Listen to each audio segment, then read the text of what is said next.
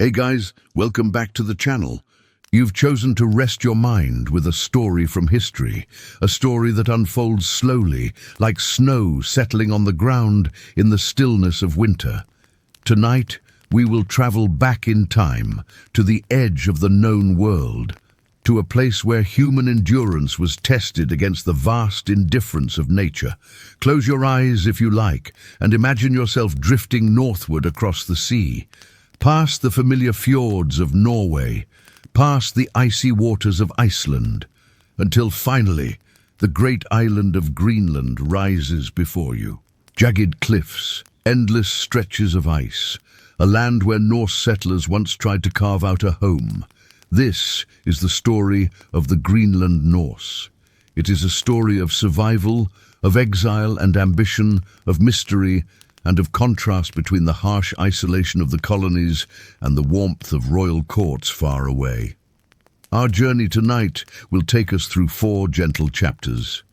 First, we will immerse ourselves in the daily rhythm of life in Greenland, how families endured the long winters, what they ate, and how they lived. Next, we'll meet Eric the Red, the man whose temper and exile set these settlements in motion. After that, we'll drift into the mystery of the colony's disappearance, piecing together what may have happened.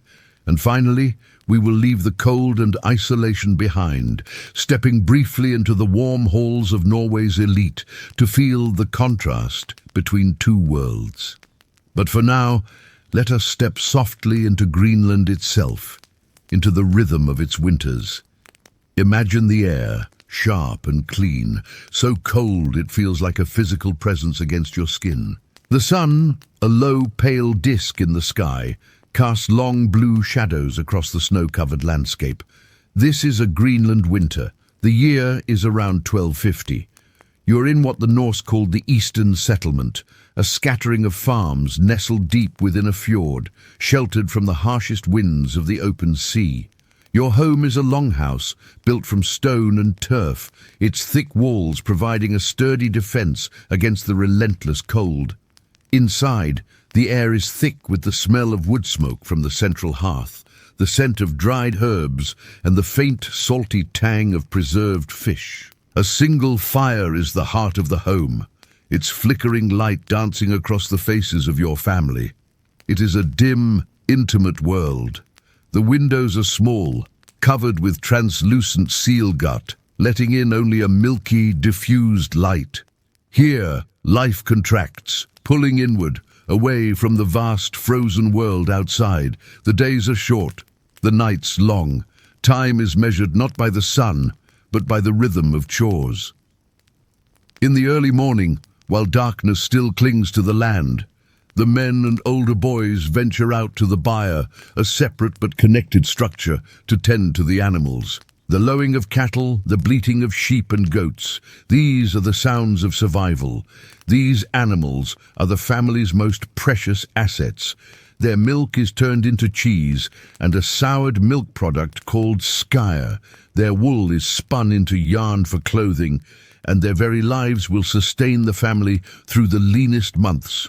Fodder, meticulously gathered and dried during the brief summer, is rationed with extreme care. Every stalk of hay is precious. Running out before the spring thaw is a catastrophe that doesn't bear thinking about. Inside the longhouse, the women and children are busy. The clatter of the loom is a constant rhythmic backdrop to winter life.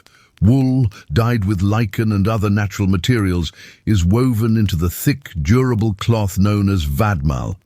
This cloth is currency as much as it is clothing, a key item for trade. Children huddle by the fire, mending tools, carving small figures from bone, or listening to stories. The old tales of gods and heroes, of voyages to distant lands, are told and retold, filling the long, dark hours and connecting this isolated community to the wider Norse world they left behind. Food is simple but nourishing. A bubbling cauldron over the hearth might hold a stew of seal meat and root vegetables, or perhaps a porridge of barley. Bread is a rarity. The mainstays of the diet are products from their livestock and what the sea and land provide. Seals are a lifeline. Hunted in the fjords, every part of the animal is used. The meat for food, the blubber for fuel in soapstone lamps, the skin for boots and rope, and the bones for tools and needles. Life is a delicate balance. The community is small, and every family depends on the others. If a hunt is successful, the meat is shared. If a roof needs mending, neighbors come to help. There is a sense of shared fate, of being bound together against the overwhelming power of nature. They are farmers at heart, but here they must also be hunters, sailors, and masters of improvisation. They have brought their Norse culture with them, their language, their laws, their faith. But Greenland has changed them. It has made them tougher, more resourceful, and perhaps more fatalistic. As the winter deepens and the fjord freezes over, the isolation becomes absolute. There are no visitors, no ships from Iceland or Norway. There is only the wind howling outside the thick turf walls, the crackle of the fire, and the quiet, steady rhythm of a life lived on the very edge of the world. It's a life of profound hardship, but also of profound stillness and community. Now let's turn back the clock another 3 centuries. How did this unlikely colony even begin? The story starts not with a grand plan or a royal decree, but with a man of fiery temper and a violent past. His name was Erik Thorvaldsson, but history knows him as Erik the Red. Born in Norway around the year 950, Erik's life was marked by conflict from the start. His father was exiled from Norway for manslaughter, and the family resettled in the harsh, volcanic landscapes of Western Iceland. It seems trouble followed them. Erik, inheriting his father's contentious nature, grew into a formidable man, but one who was quick to anger. In Iceland, he became embroiled in a series of disputes with his neighbors. One argument over borrowed farm equipment escalated until several men were killed.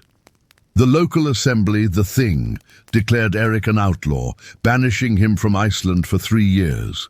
For a man with nowhere left to go, exile became an opportunity.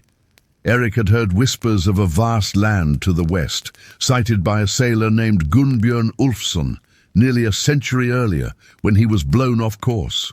With a small crew of loyal followers, Erik set sail, not in defeat, but with a burning ambition to find this new land and claim it for himself. For a Viking, the sea was not a barrier, but a road to new possibilities. After a perilous journey across the treacherous Denmark Strait, navigating by the sun, stars, and the flight of seabirds, he found it. A coastline of towering glaciers and barren rock. But Erik was persistent. He sailed south, rounding the southern tip of the landmass, and discovered what he was looking for: deep, sheltered fjords with green, grassy meadows in the summer months. It was a land that, to an Icelander accustomed to volcanic rock and sparse grazing, looked promising. He spent his 3 years of exile exploring this new territory, mapping the fjords and identifying the best places for settlement. He saw land that could support livestock and seas teeming with fish and seals. When his banishment was over, he sailed back to Iceland with a plan.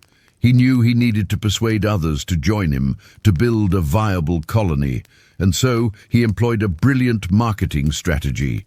He named the land Greenland, reasoning that people would be more attracted to go there if it had a good name. It was a masterful piece of branding, suggesting a land of lush pastures and endless opportunity, a stark contrast to the ice-covered reality of much of the island.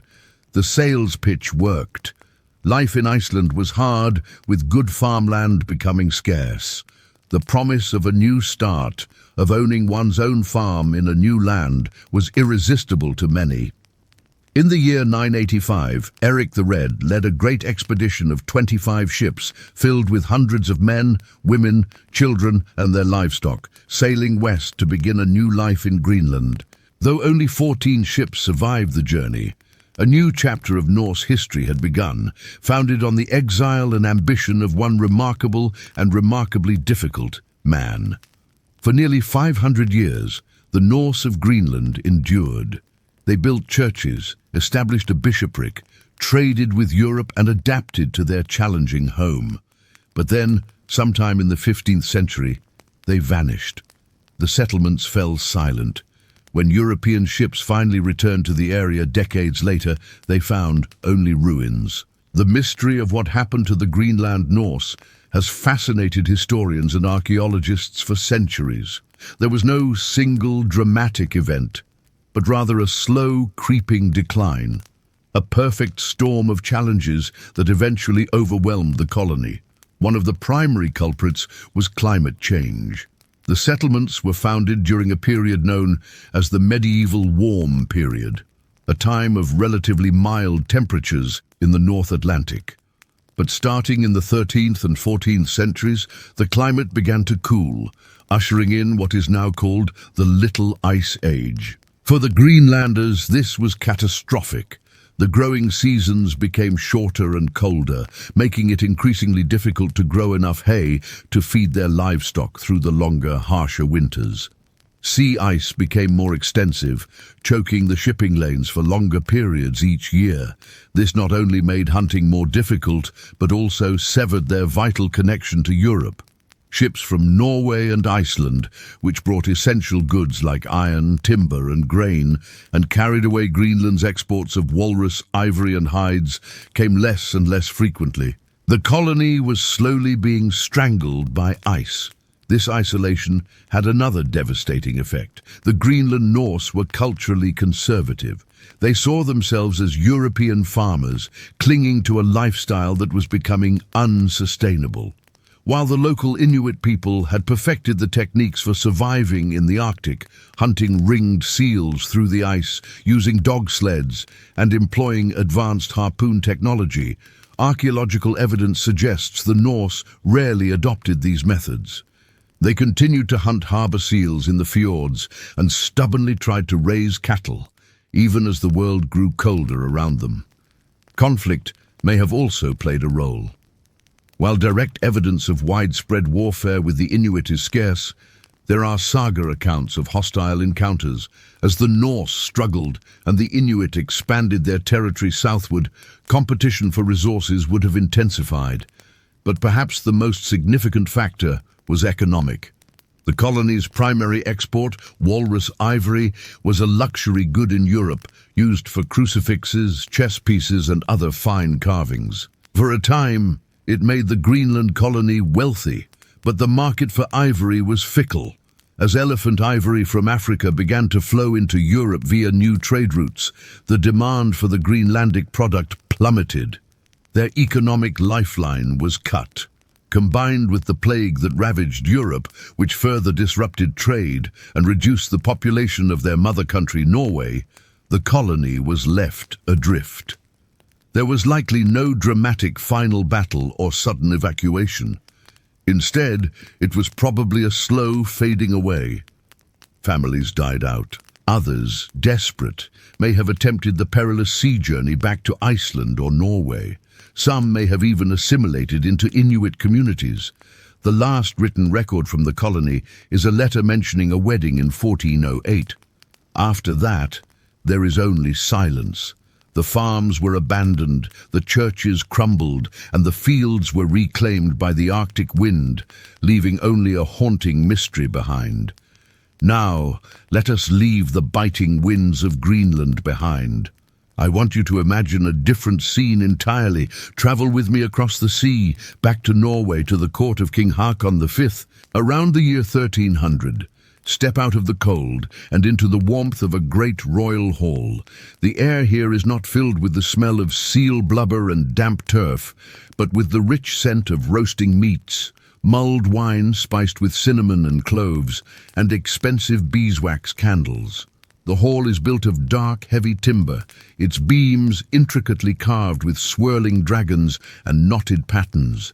Brightly colored tapestries hang on the walls, depicting epic battles and biblical scenes, their threads shimmering in the light of a dozen fires burning in massive stone hearths. The floor is strewn not with cold stone, but with fresh rushes and fragrant herbs. Light pours in, not through milky seal gut, but through panes of precious glass, a rare and astonishing luxury. This is the world that governed Greenland from afar. It is a world of power, wealth, and intricate politics. While the farmers in Greenland struggled to keep their few cows alive, here the tables groan under the weight of food. There are platters of venison and wild boar, salmon fresh from the rivers, and breads made with fine wheat flour. People drink wine from France out of silver goblets, not skyr from a wooden bowl. The clothing is a world away from the drab, functional wool of the settlers. The king and his courtiers are dressed in silks from the east, velvets from Italy, and furs of ermine and sable. The colors are brilliant, deep blues, rich crimsons, and vibrant greens. There is laughter and music. A skald, a court poet, recites verses praising the king's generosity and wisdom, accompanied by the gentle notes of a harp. Here, Greenland is an abstraction, a distant and curious possession. The king and his council would have discussed it, certainly.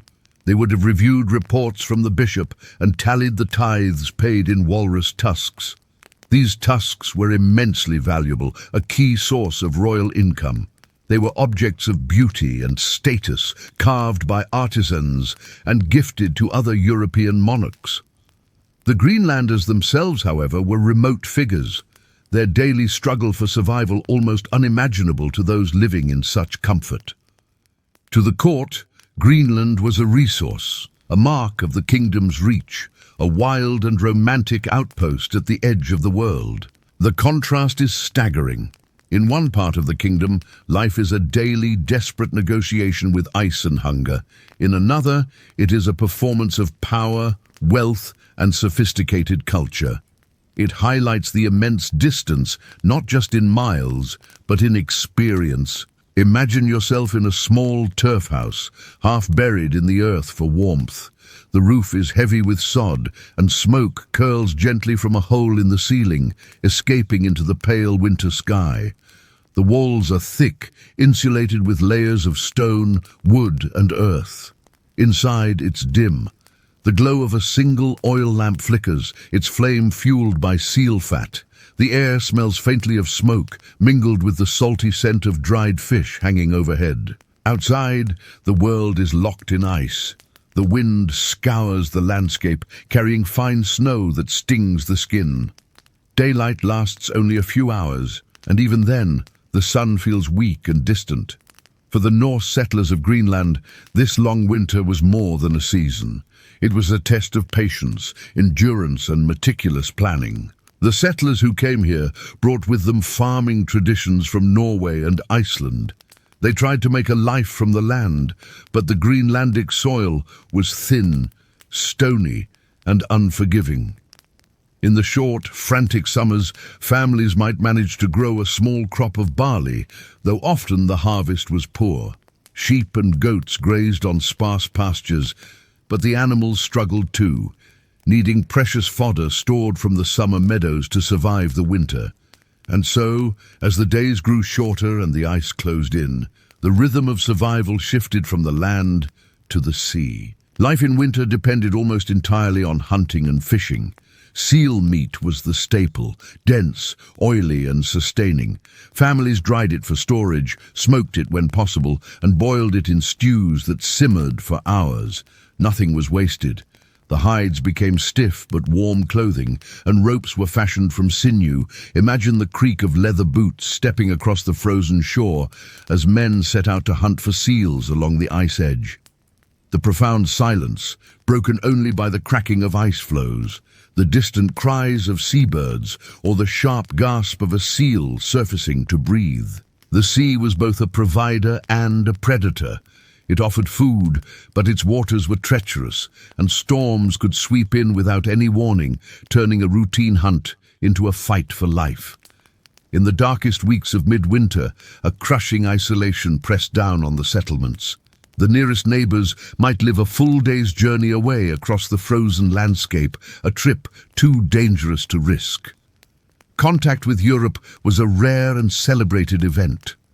Most winters, families saw no visitors at all. They were utterly alone. Inside the dim turf houses, generations huddled together, grandparents, parents and children, all wrapped in furs. They told stories passed down through the ages, knitted wool from their own sheep, and repaired essential tools, waiting, always waiting, for the return of the light. These houses were their cocoons against the relentless cold. Picture the low benches lining the walls, covered with sheepskins where people sat during the day and slept at night.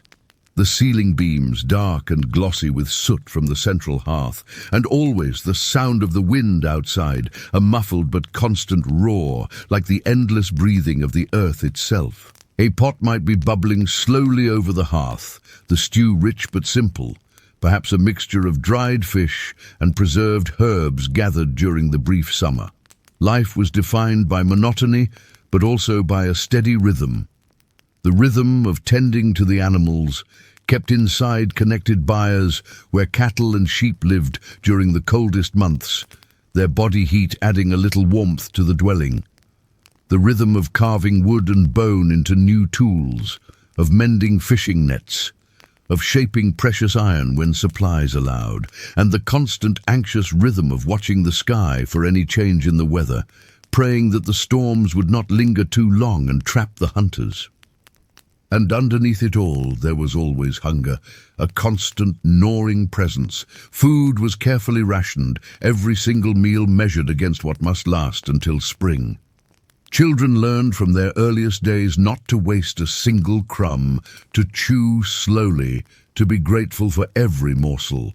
A failed hunt, a spoiled cache of dried meat, or an early, unexpected thaw in the sea ice could mean severe hardship, even starvation, for an entire family. This was life on the very edge of possibility. Yet despite these incredible challenges, life carried on. The settlers sang the old songs they had carried from their homelands in Norway and Iceland, their voices a small warmth against the vast, cold darkness. They carved small wooden crosses, simple reminders of the faith they had brought with them across the ocean. They dreamed of the day a ship would finally appear on the horizon, a speck from a world away, bringing iron, cloth, and precious news from home. They endured, because endurance was the only path forward. As you sit here in this imagined house, listening to the winter wind howl outside, you can feel how constant that struggle was. And yet, how steady. Life wasn't filled with grand adventures or dramatic events. It was a life of repetition, of waiting, of quiet, relentless perseverance. A slow, powerful rhythm, like the steady beating of a heart in the deep of winter. And with that, we can now step forward into the story of the man who first brought settlers to this formidable land. A man whose exile and fierce spirit gave birth to Greenland's Norse colonies. A man known to history as Eric the Red. His story begins not in this icy world, but far away, in the green fjords of Norway, with an act of violence that would change his destiny and the course of history forever. Thank you so much for joining me on this journey back in time. If you found this fascinating, please consider liking this video and subscribing to the channel. It really helps us continue to explore these incredible stories from our past. We'll see you in the next one. From the stillness of a Greenland winter house, we now journey back in time to meet the man who brought the Norse to these very shores. His name was Eric Thorvaldsson, but history knows him better as Eric the Red. A name earned as much for his fiery red hair as for the tempestuous temper that would steer the course of his entire life. Let's picture the rugged coast of western Norway in the 10th century. Imagine lush green slopes plunging into narrow, deep fjords. This is where Eric was born. But his roots in Norway didn't run deep. His father, Thorvald, was exiled for a series of killings. In an age of blood feuds and raw violence, this wasn't entirely uncommon. The family packed up and sailed west, seeking a fresh start on the volcanic island of Iceland. But it seems exile was a family legacy. In Iceland, Eric grew into a man. He married, started a farm, and tried to build a life much like any other settler. He raised livestock, worked the land, and forged alliances with his neighbors. Yet that fiery nature he was known for couldn't be contained. Conflicts simmered and boiled over. Disputes about building materials, land, and livestock escalated, and soon, just like his father, Eric found himself on the wrong side of the law. The details are hazy, lost to the mists of time, but the outcome is crystal clear. Eric's temper flared, and men died. The Icelandic legal system, governed by the great council known as the Althing, could not let this stand. Eric was declared an outlaw. This was a devastating sentence. It meant he was stripped of all legal protection, cast out from his community. Anyone could hunt him, even kill him, without facing any penalty. He had to leave Iceland. So where does an outlawed Viking go? Eric cast his gaze further west. He'd heard sailors' whispers, tales of a vast, mysterious land spotted by ships blown off course, a land beyond the endless ice. With the sentence of exile hanging over him, Eric decided to chase this rumor. He gathered a crew and set sail into the vast, unforgiving unknown. Imagine his ship, a classic Viking longship. Its long, narrow hull of oak sealed with tar, its single square sails straining against the wind. The ocean stretched out before them, a seemingly infinite expanse of grey water and swirling mist. For days, maybe even weeks, they sailed onward, the horizon offering nothing but waves and clouds. And then, finally, land appeared. Not gentle shores, but steep, imposing cliffs crowned with brilliant white snow. He had found Greenland. Eric spent the next 3 years of his exile meticulously exploring this new land. He navigated the intricate network of fjords. He noted the green meadows where livestock could graze in the short summer, and he scouted locations where sturdy turf houses could be built. The land was harsh, unforgiving, but compared to the increasingly crowded and contentious landscape of Iceland, it represented a world of opportunity. It was fresh ground, a blank slate, and the chance to build a new community from scratch. When his 3-year exile was up, Eric sailed back to Iceland, but he didn't return as a defeated man crawling back from the wilderness. No, he returned as a visionary, a salesman with an incredible pitch. He told everyone about the land he had found, and he gave it a name, a very carefully chosen name, Greenland. Eric was a smart man. He knew that names hold power. By calling this icy expanse Greenland, he was painting a picture of a lush, fertile paradise. It wasn't exactly a lie, but it was certainly a masterclass in marketing. In the summer, there were indeed green valleys and meadows, but the name promised a bounty that the harsh reality of the land could never truly deliver. And it worked. People listened. Families packed up their lives, their animals, their tools, and all their hopes for a better future, and prepared to follow Eric across the treacherous North Atlantic. Around the year 985, a fleet of ships set sail from Iceland. Their prows pointed towards this promised Greenland. The journey was perilous. Storms scattered the fleet, and many ships, along with their passengers, were lost to the sea. But enough made it, enough to plant the seeds of a new colony. Eric himself established his settlement in a fjord that would one day bear his name, Eric's Fjord, near what is now the modern town of Kassiarsuk.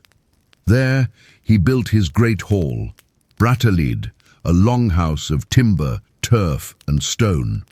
You can still trace the foundations of his home today, a faint echo of a saga written into the very earth. Eric the Red became the chieftain of this fragile new world. But even here, in his own kingdom, his fiery spirit never faded. He never returned to Norway, never settled into the quiet role of a peaceful elder. He remained the man who had carved a nation out of ice and rock through sheer force of will. His legacy wasn't just the colony he founded, it was the generations that followed, including his own son, Leif Erikson, who would sail even further west, becoming the first European to stand on the shores of North America. From violence and exile, a new age of discovery was born, But the colonies that Eric founded were not destined to last. The Norse thrived in Greenland for centuries, and then they vanished. What happened to them? Why did this vibrant community disappear? Was it starvation, a changing climate, conflict with the native Inuit, or something else entirely? That is the great mystery that hangs over this land. In our next video, we will delve into that puzzle. We'll sift through the archaeological clues and historical records to explore the theories behind the quiet, haunting disappearance of the Greenland Norse. So make sure you're subscribed so you don't miss it. Thanks for watching, and we'll see you on the next leg of our journey. For almost 500 years, a stubborn, resilient people clung to the icy shores of Greenland. These were the Norse, descendants of Vikings, who built homes, raised families, and buried their dead beneath stone markers, far from their ancestral Norway. They carved crosses from walrus ivory, traded with Europe, and held on to their culture, even as a vast, unforgiving ocean separated them from the world they once knew. And then they vanished. By the late 1400s, something was terribly wrong. Ships sailing from Iceland and Norway found only silence where bustling settlements once stood. The farms were deserted. The stone churches, though still standing strong, were empty, their halls echoing with the howl of the wind instead of hymns. The graves remained, silent testaments to a lost people, but the living, they were gone. What happened to the Greenland Norse? This is one of history's most compelling and haunting mysteries. There's no single, simple answer. Instead, the truth seems to be a complex tapestry woven from many threads, a story of a slow, creeping decline. One of the most significant threads is climate. Around the 14th century, the Earth entered a period we now call the Little Ice Age. For the Norse in Greenland, this was catastrophic. Summers grew shorter and colder, winters became deeper and more brutal. The meadows where their livestock grazed were buried under frost for longer stretches of the year. Growing crops like barley, already a challenge at this latitude, became nearly impossible. Sea ice, a creeping, silent enemy, choked the shipping lanes, making the already treacherous voyage to and from Europe even more dangerous. And eventually, a journey few were willing to take. Imagine you're a farmer in 14th century Greenland. You watch the frost claim your fields earlier each year. You see your precious hay stores dwindle, knowing it won't be enough to get your animals through the winter. You look out at the sea, praying for the sight of a sail, but only see a horizon blocked by drifting ice. This was their reality. Another crucial thread was their growing isolation. For a time, the Greenland colony thrived on trade. Their primary export was walrus ivory, a luxury good highly prized in medieval Europe. It was carved into exquisite religious objects, intricate game pieces, and beautiful ornaments for the wealthy. But markets and fashions change. As trade routes opened up with Africa, elephant ivory, cheaper, larger, and easier to work with, flooded the European market. The demand for walrus ivory plummeted. With their main economic lifeline severed, fewer and fewer ships made the perilous journey to Greenland. The colonists became more and more cut off, their connection to the outside world thinning until it was little more than a memory. The iron, timber, and grain they depended on stopped arriving. They were on their own. We can see this story of struggle written in their trash. Archaeologists have excavated their middens, essentially their garbage dumps, and these layers of bone and ash tell a fascinating and grim story. In the early centuries of the settlement, the bones of cattle are common. This tells us they enjoyed beef and dairy, a diet similar to what they knew in Norway. But as you move up through the layers into later time periods, the cattle bones disappear. They're replaced by the bones of sheep and goats, and then, overwhelmingly, by the remains of seals and seabirds. Their diet narrowed dramatically. They were forced to abandon the farming lifestyle they knew and rely almost entirely on hunting marine animals. This shift reveals a community pushed to the edge, adapting to survive, but losing a core part of its identity and food security. So, what about conflict? Did they clash with the native peoples of Greenland? The Norse were not alone. The Thule people, ancestors of the modern Inuit, were master Arctic survivors who had migrated into the same areas. The two cultures definitely met. We've found Norse artifacts in Inuit camps and Inuit tools at Norse sites, but there is surprisingly little evidence of widespread warfare or violence. The mystery here is more about what didn't happen. Why didn't the Norse adopt the superior hunting technologies of the Thule, the toggling harpoons, the skin-on-frame kayaks that allowed them to thrive in the harsh environment? Did pride or cultural differences prevent them from learning the skills that might have saved them? We just don't know. Then there's the spectre of disease. The Black Death and other plagues ravaged Europe during this period. It's certainly possible that a ship brought a devastating illness to the isolated colony, one they had no immunity against. However, the skeletal remains found in Greenland's graves don't point to a sudden epidemic. Instead, they tell a story of chronic hardship. The bones show signs of malnutrition, of stunted growth in children, of lives worn down by scarcity and hunger. It seems the greater enemy was not a plague, but a slow, creeping starvation. Let's try to picture it. Imagine a Norse family in the mid-1400s. The last of the cattle are long gone. The fields yield nothing but frozen soil. The men spend more and more time on the icy sea, hunting for seals, a dangerous gamble in the face of increasingly violent storms. The women and children wait, huddled in their stone and turf longhouse, the pantry growing emptier by the day. They strain their eyes, looking for the ships from Norway that used to bring news, tools, and hope, but the ships have stopped coming. Hope begins to fade, replaced by a quiet desperation. One by one, the outlying farms would have been abandoned. Perhaps some families tried to migrate south, searching for a slightly less hostile corner of this vast, icy island. Or perhaps, most likely, they simply faded away. They succumbed quietly to the relentless cold and hunger, their numbers dwindling with each passing winter until none were left. By the time the next European ship arrived, all they found were ghosts. Perhaps the most haunting discovery of all comes from the churches.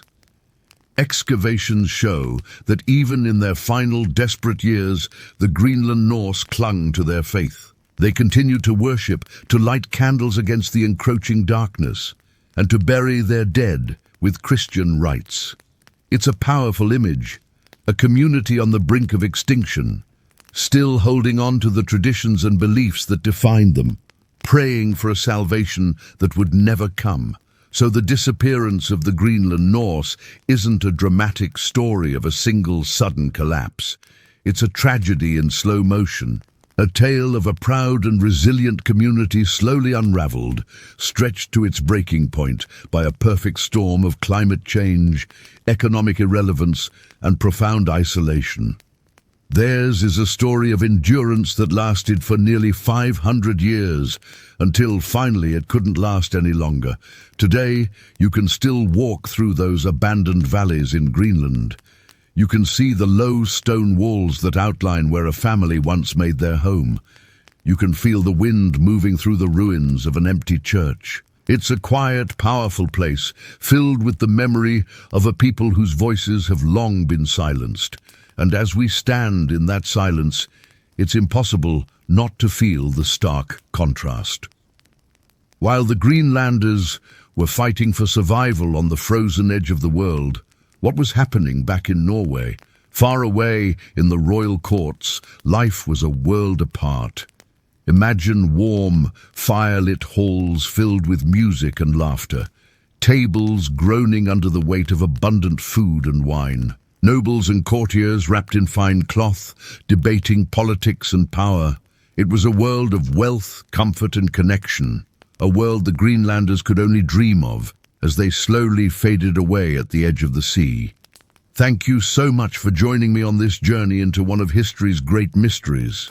If you found this story as fascinating as I do, Please hit that like button and consider subscribing for more deep dives into the past. We'll see you in the next one. Imagine stepping back 1,000 years. For the Norse settlers in Greenland, life was a constant battle against the elements.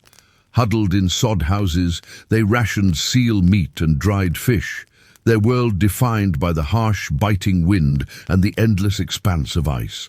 But what if we could journey across the sea back to the land they left behind? Let's step out of the cold stillness of Greenland and into a long, timbered hall in medieval Norway.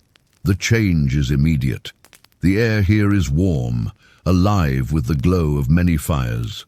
Torches flicker, casting dancing shadows on wooden beams, intricately carved with swirling animals and knots. Smoke from a great central hearth rises, but in this grand hall with its high ceilings, it creates a hazy, golden light, not a suffocating cloud.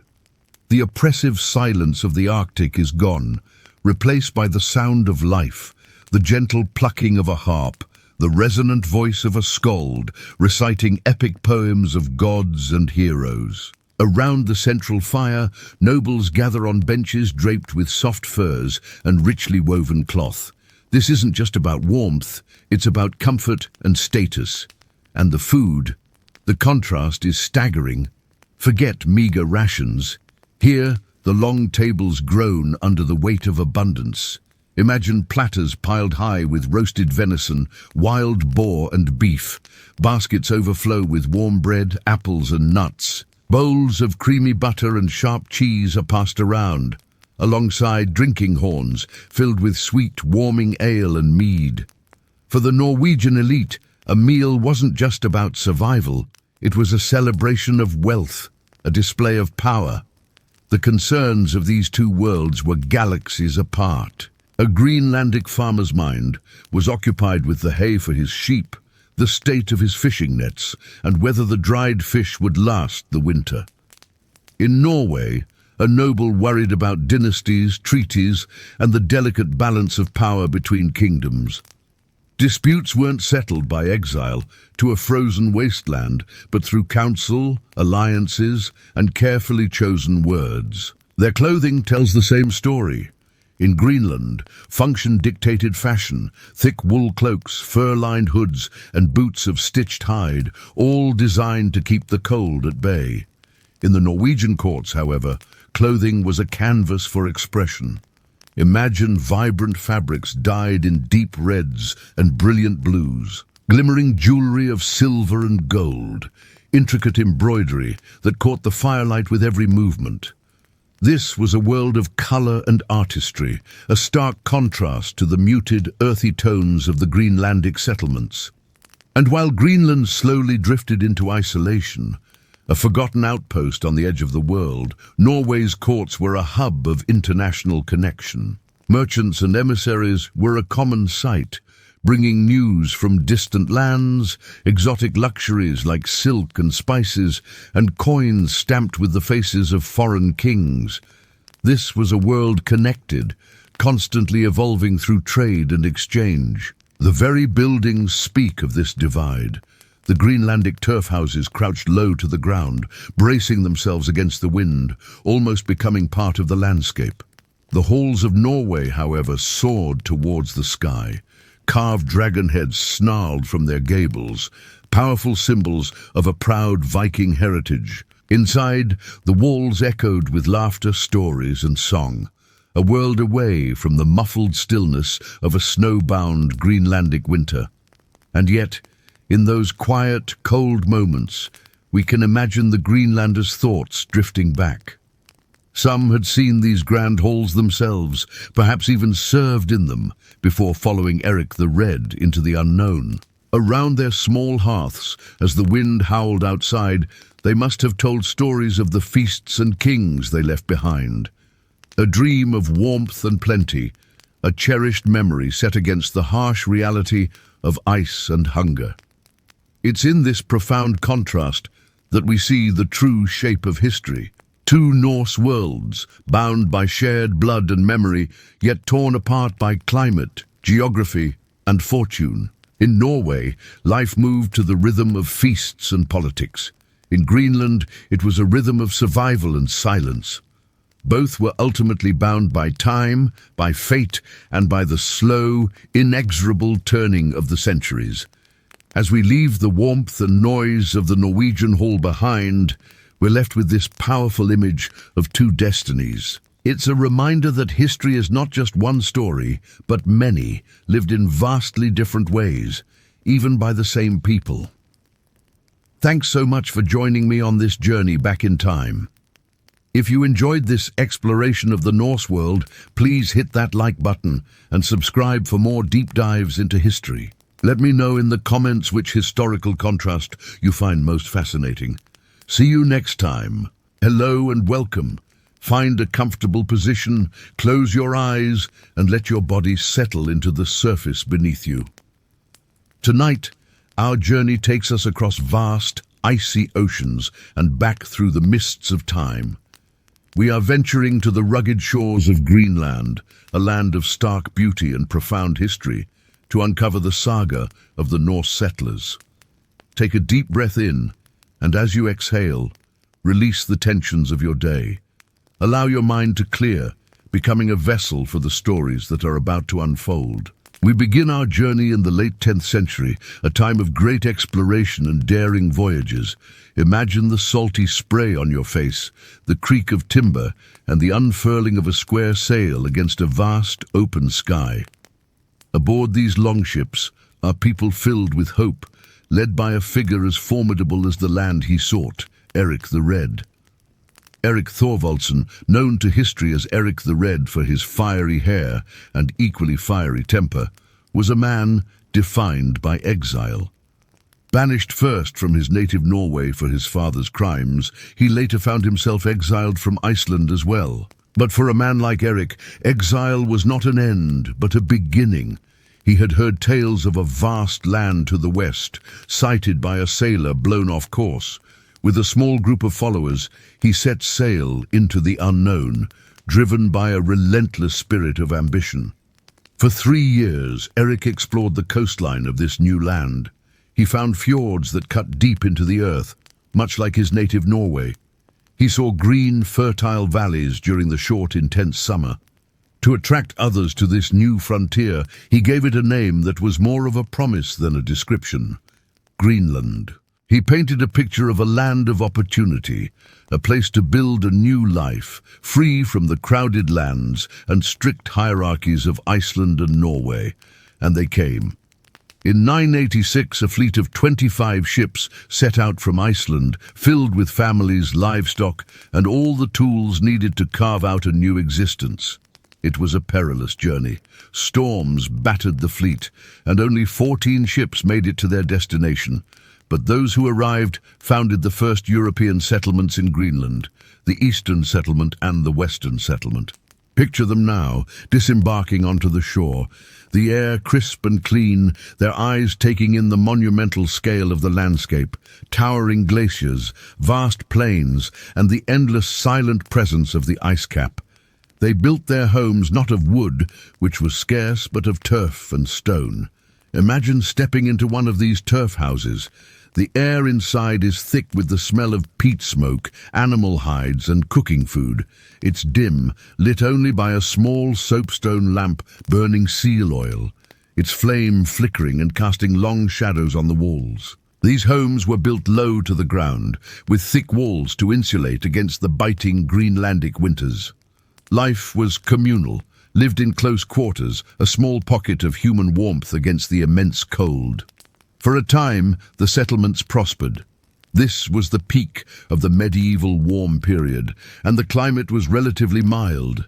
They farmed the land, raising cattle, sheep, and goats in the grassy valleys. They hunted caribou and seals, their diet a blend of what the land and the sea could provide. They were Christians, and they built churches of stone, their bells ringing out across the silent fjords. One of the most remarkable remnants is the cathedral at Gardar, the seat of the Greenlandic bishop. Imagine standing within its stone ruins, looking up at the sky where a roof once stood, feeling the weight of centuries and the echoes of faith that once filled this space. The Greenlanders were not entirely isolated. They were part of the wider Norse world, a network connected by trade. Their most valuable export was walrus ivory. The tusks of the Greenland walrus were highly prized in Europe, carved into luxurious items like crucifixes and chess pieces. This trade brought them iron, timber, grain, and fine cloth, linking their remote outpost to the glittering halls of Norway's kings. Imagine a Norse chieftain in Greenland, dressed in fine European wool, holding an iron sword, a symbol of status and a vital connection to the world they had left behind.